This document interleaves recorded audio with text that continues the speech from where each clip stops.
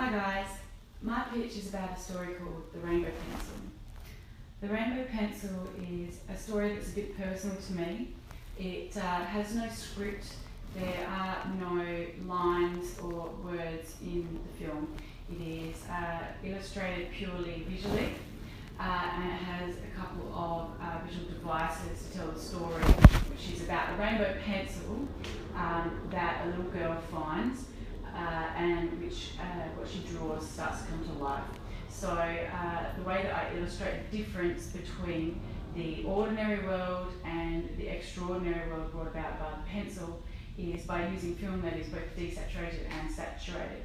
So if you imagine a slightly desaturated colour in the scenes which are ordinary life or where the pencil does not have any effect, and then wherever the pencil features or the results of the pencil featured is saturated. At this point it is quite long and I feel like it has a lot of potential with a group of other individuals who can bring their own spin and creativity to this story and help me with some seriously heavy-handed editing as it definitely needs. So here it is, The Rainbow Pencil. Shot low from the back seat of a car, the figures in the foreground come into focus to show a mother and a young daughter, 7 or 8 years old. Mother is yelling at the traffic and takes it out on the daughter. Scene 2 is a wide shot of daughter 1's school. She's sitting outside on the front steps. It is well after end of school.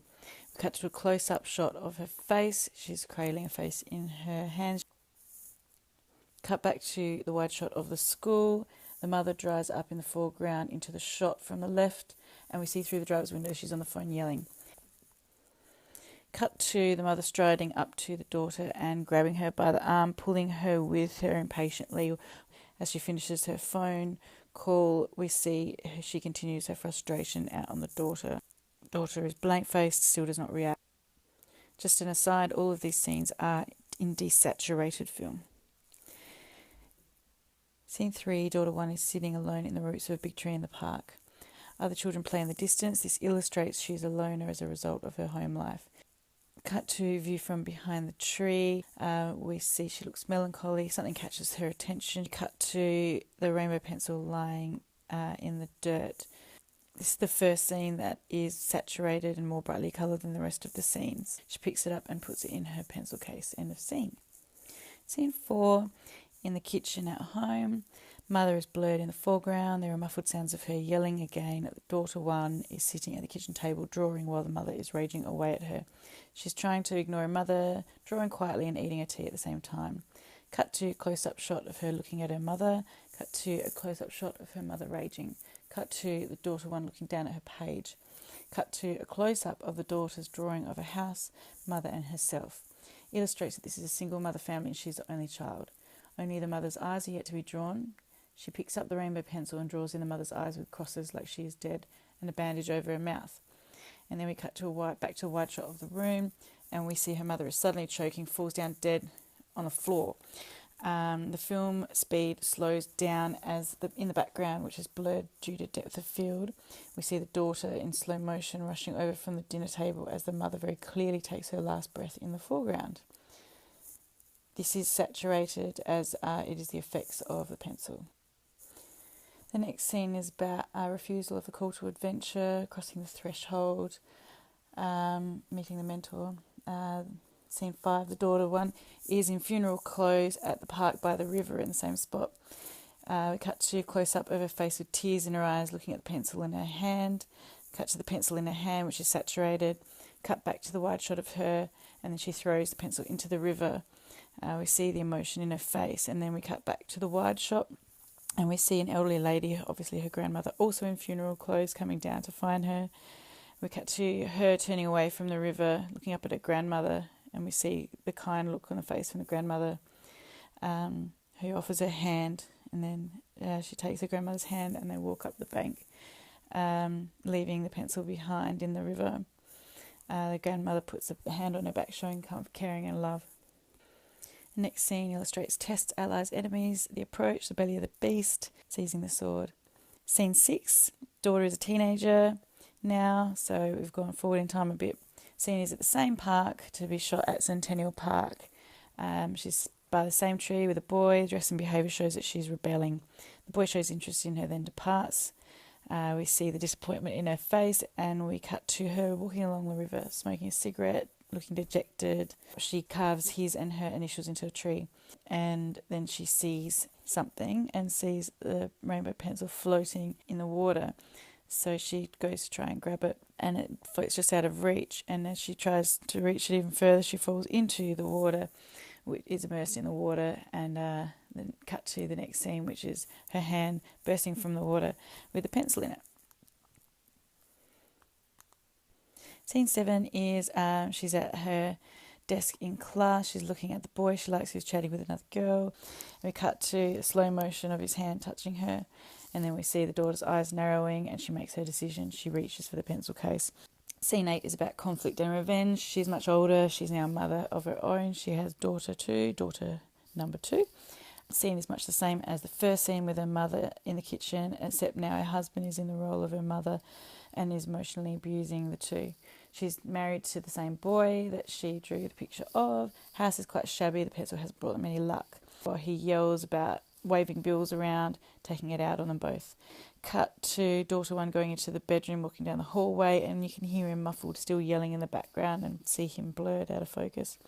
And we cut to a close-up of her kneeling at the foot of her bed and getting an old jewellery box and unlocking it with a key from her bracelet. Opens it up. The pencil's much smaller now, and she looks back at the living room. The scene through the door is the father throwing the pages, the bills, in the face of daughter number 2. We cut to the close-up of her reaching into the box, about to pick up the pencil, and she stops. And she makes a decision, and then we cut back to close-up of her hand withdrawing from the box. We cut to the look of resignation on her face, and then she closes the lid of the box, locks it. And as it closes, the scene fades into desaturation.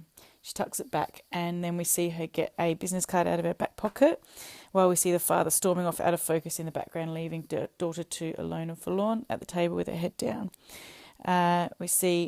We cut to a close-up of the business card, and it says divorce lawyers. Herein, she decides to deal with her problems herself and take responsibility for them without the help of the pencil, and that is her form of revenge.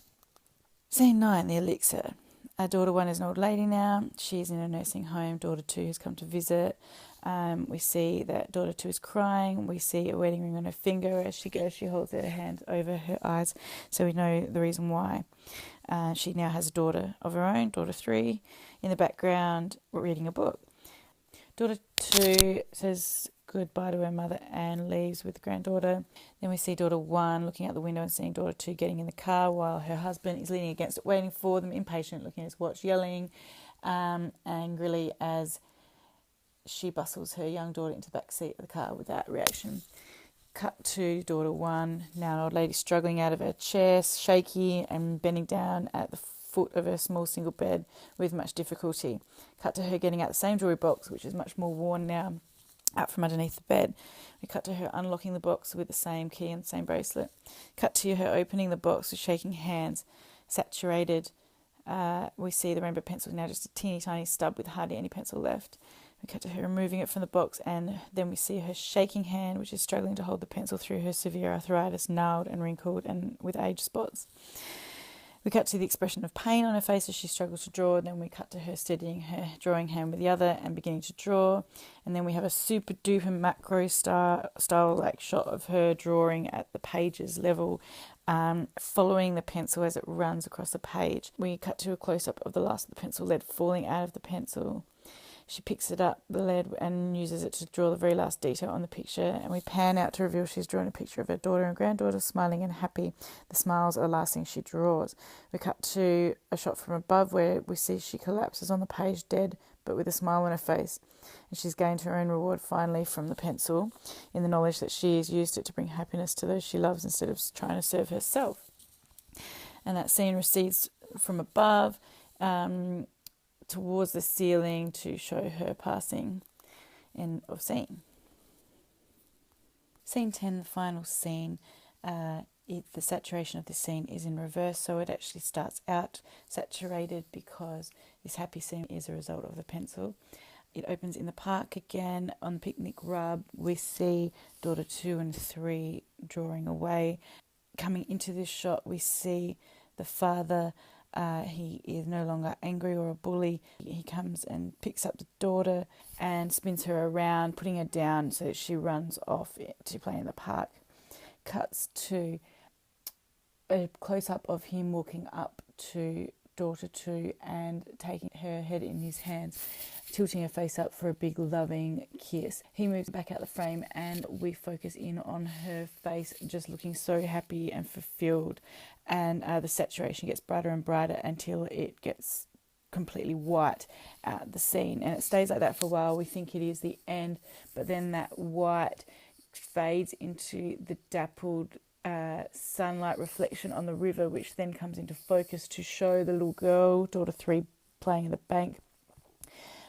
We come closer to her to see that she has noticed something, and we cut to a shot in the reeds where we just start to see, as the saturation fades in, a brand new rainbow pencil lying there in the bank, and we see her walk over to it, and as she walks over, this motion slows down and the saturation drains out of the picture until it's so slow motion it is still, and it is completely black and white, and that is where our story ends.